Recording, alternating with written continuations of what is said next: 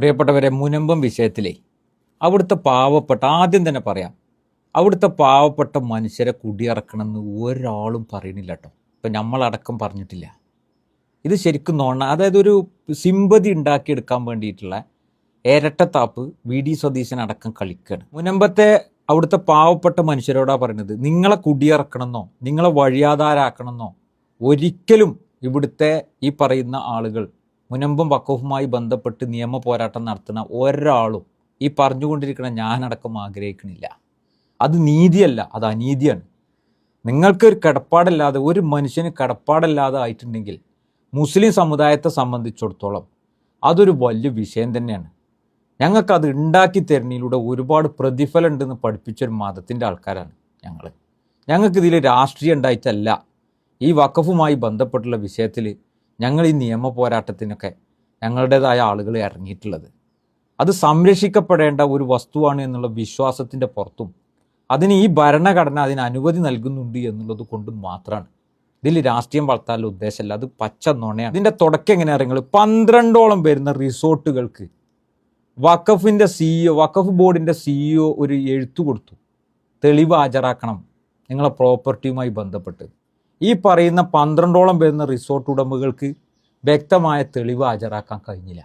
ഇവരെന്ത് ചെയ്തു എന്നറിയോ? ഇവർ വെട്ടിലാകുന്നു കണ്ടതോടുകൂടി അവിടുത്തെ ആൾക്കാർ, അതായത് പാവപ്പെട്ട മനുഷ്യരെ രംഗത്തിറക്കിയിട്ട് ഇവരുടെ സ്ഥാപനം അവിടെ നിലനിർത്താൻ വേണ്ടിയിട്ടൊരു സമരത്തിന് അവിടെ ആസൂത്രിതമായി കോപ്പ് കൂട്ടി. ഇതാണ് മുനമ്പം വിഷയം. ഇപ്പോഴത്തെ സ്റ്റാറ്റസ് അറിയാം നിങ്ങൾക്ക്. ഇവർ പറയണ്ട, വി.ഡി. സതീശൻ വന്നിട്ട് പത്രസമ്മേളനം നടത്തി പറയണ്ടല്ലോ 10 മിനിറ്റ് കൊണ്ട് തീർക്കും, അരമണിക്കൂർ കൊണ്ട് തീർക്കും. ഇത് സുപ്രീം കോടതി കിടക്കുന്ന കേസാണ്. 3 ഹിയറിംഗ് അത് കഴിഞ്ഞു. സുപ്രീം കോടതിൻ്റെ ഡയറക്ഷൻ എന്താണ്?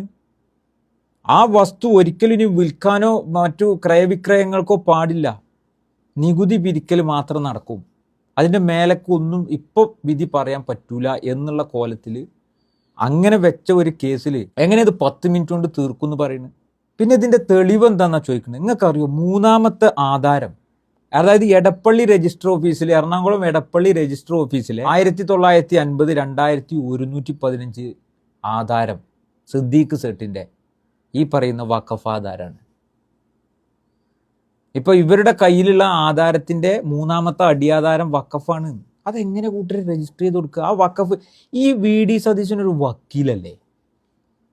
ഞാനതാ പറയുന്നത്, ഇയാളൊരു വക്കീലല്ലേ? അയാളിങ്ങനെ പൊതുസമൂഹത്തിൻ്റെ മുമ്പിൽ ഇത്രയും തെളിവുകളും 2 കോടതിയുടെ വിധികളും അനുകൂലമായി വഖഫാണ് എന്ന് വിധിച്ച ഒരു കേസിൽ എത്രങ്ങാനും വക്കീലന്മാർ, എത്രങ്ങാനും ജഡ്ജിമാർ ഇതൊക്കെ വായിച്ച് മനസ്സിലാക്കിയിട്ട് വഖഫാണ് എന്ന് തെളിയിക്കുന്നതിന് ധാരാളം തെളിവുകളുള്ള ഒരു കേസിലാണ് ഇയാൾ വന്നിട്ട് അത് വഖഫല്ല, അത് നടക്കൂല എന്നൊക്കെ പറയുമ്പോൾ എന്താ ഇവിടുത്തെ അവസ്ഥകൾ ആലോചിച്ച് നോക്കി.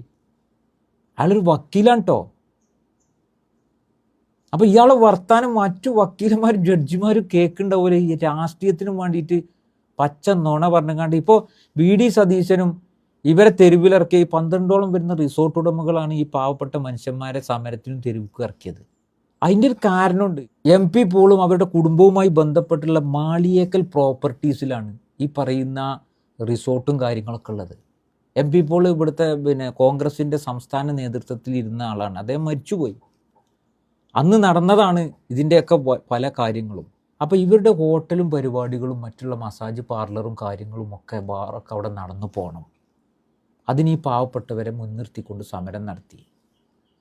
ഇപ്പോൾ വി.ഡി. സതീശൻ വന്നിട്ട് ഈ സെൻറ്റിമെൻ്റൽ ഡയലോഗൊക്കെ അടിക്കണ്ടല്ലോ. ആ പാവപ്പെട്ടവരെ പറ്റിച്ചത് ഈ ഫാറൂഖ് കോളേജാണ്. മുസ്ലിം സമുദായത്തിൽപ്പെട്ട ആൾക്കാർ തന്നെയാണ്. എനിക്കത് പറയുന്നതിന് ഒരു വിധത്തിലുള്ള പേടിയില്ല. അതിൻ്റെ പേരിൽ എന്ത് വന്നാലും ശരി.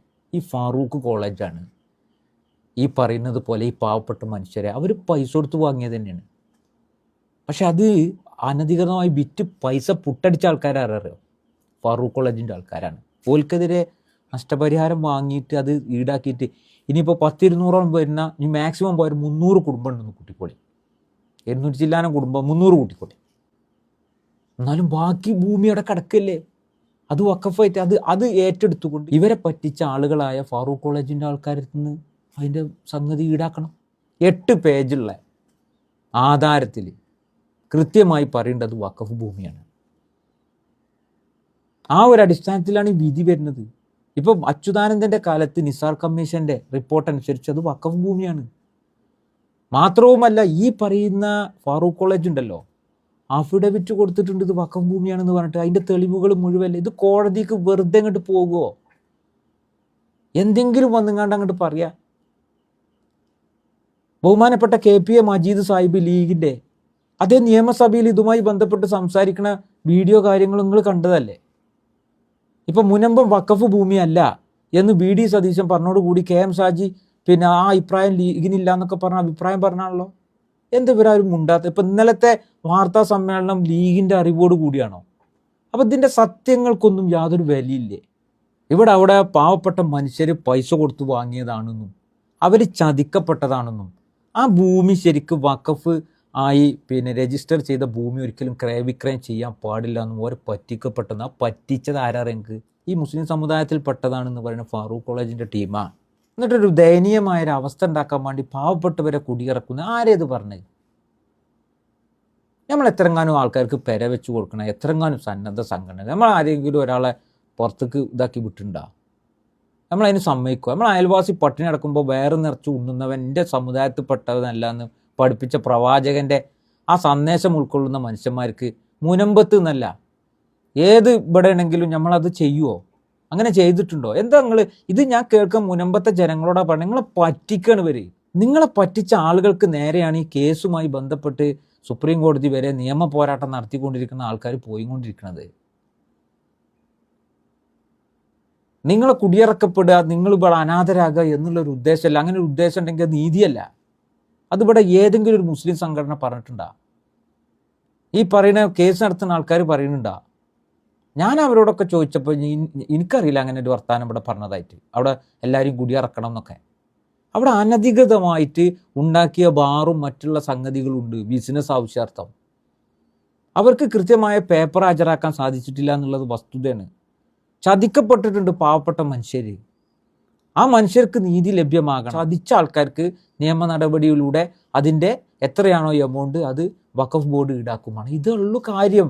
പിന്നെ ഇപ്പോൾ ബാബരി മസ്ജിദിൻ്റെ വിധി വന്നതുപോലെ വിചിത്രമായ ചില സംഗതികളൊക്കെ ചിലപ്പോൾ ഇതിലുണ്ടാവുമായിരിക്കാം. പക്ഷേ നിയമപരമായിട്ട് ഹാക്കായിട്ട് അതിൻ്റെ എല്ലാ തെളിവുകളിലൂടെ അത് വഖഫാണ് എന്ന് തെളിയിക്കുന്ന ധാരാളം കാര്യങ്ങളുണ്ട്.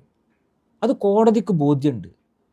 ഇപ്പോൾ ഉമീദ് പോർട്ടലിൽ രജിസ്റ്റർ ചെയ്തതോടുകൂടി എല്ലാം സുഖം. പോർട്ടലിൽ രജിസ്റ്റർ ചെയ്തോ ചെയ്തില്ല എന്നുള്ളതൊന്നും ഇതിന് ബാധിക്കണില്ല. അതിൻ്റെ ഒന്നും ആവശ്യം ഇതിനില്ല. ഇത് വഖഫാണ് എന്ന് പച്ചക്ക് നമുക്ക് എല്ലാവർക്കും മനസ്സിലാകുന്ന ഒരു കേസാണ്. ഇതിൽ വലിയ പ്രശ്നമുണ്ട് എന്നുള്ളത് എല്ലാവർക്കും അറിയാം. ഇതിന് കാരണക്കാരായ ആളുകളെ സംരക്ഷിക്കാൻ വേണ്ടിയിട്ടാണ് ഇപ്പോൾ കുറേ ആൾക്കാർ മൗനികളും കുറേ ആൾക്കാർ ഈ പൊറാട്ട് നാടകവും പിന്നെ കുറേ കോർപ്പറേറ്റുകൾ അതിൻ്റെ ഉള്ളിൽ ബാറും മസാജ് സെൻറ്ററും മറ്റുള്ള സംഗതികളൊക്കെ നിങ്ങൾക്ക് പോയാൽ കാണാൻ സാധിക്കൂടെ. അവരെടുത്ത ഒരു പിന്നെ ആസൂത്രിതമായ ശ്രമത്തിൻ്റെ ഭാഗമാണ് ഈ പാവപ്പെട്ട മനുഷ്യർ തെരുവിലിറങ്ങിയിട്ടുള്ളത്. അപ്പോൾ ഇതിൻ്റെ യാഥാർത്ഥ്യങ്ങളെല്ലാവരും മനസ്സിലാക്കുക. നമുക്ക് രാഷ്ട്രീയമൊക്കെ ഉണ്ടാവും, എന്നിട്ട് അതിന് വന്നുങ്ങാണ്ട് കമൻ്റ് ഇട്ട് തോന്നിയ ദിവസം വിളിക്കുക എന്നല്ലാതെ യാഥാർത്ഥ്യങ്ങളെ മറച്ചു വെക്കാൻ ഒരു മനുഷ്യനും കഴിയില്ല കേട്ടോ. ബാക്കി പിന്നെ പറയാം. നമുക്ക് നിർത്തുന്നു. നന്ദി.